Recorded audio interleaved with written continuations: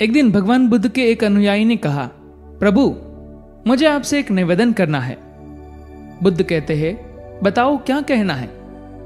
अनुयायी ने कहा, मेरे वस्त्र पुराने हो चुके हैं, अब ये पहनने लायक नहीं रहे, कृपया मुझे नए वस्त्र देने का कष्ट करे। बुद्ध ने अनुयायी के वस्त्र देखे।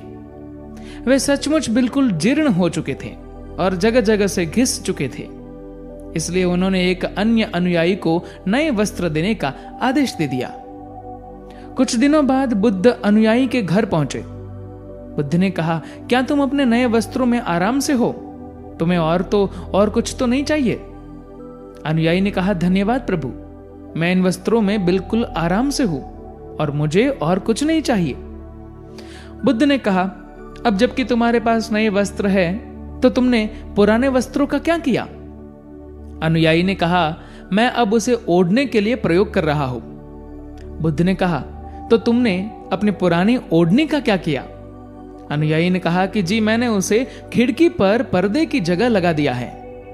बुद्ध ने कहा, तो क्या तुमने पुराने पर्दे फेंक दिए? अनुयायी ने कहा, जी नहीं, मैंने उसके 4 टुकड़े किए और उनका प्रयोग रसोई में गर्म पतीलों को आग से उतारने के लिए कर रहा हूं। बुद्ध ने कहा, तो फिर रसोई के पुराने कपड़ों का क्या किया? अनुयायी ने कहा, अब मैं उन्हें पोछा लगाने के लिए प्रयोग करूंगा। बुद्ध ने कहा, तो तुम्हारा पुराना पोछा कहां गया? अनुयायी ने कहा, प्रभु, वह अब इतना तार तार हो चुका था कि उसका कुछ नहीं किया जा सकता था, इसलिए मैंने उसका एक एक धागा अलग कर दिए की बातियां तैयार कर दी है। उन्हीं में से एक कल रात आपके कक्ष में प्रकाशित था। बुद्ध अनुयायी से संतुष्ट हो गए। वो प्रसन्न थे कि उनका शिष्य वस्तुओं को बर्बाद नहीं करता और उसमें समझ है कि उनका उपयोग किस तरह से किया जा सकता है।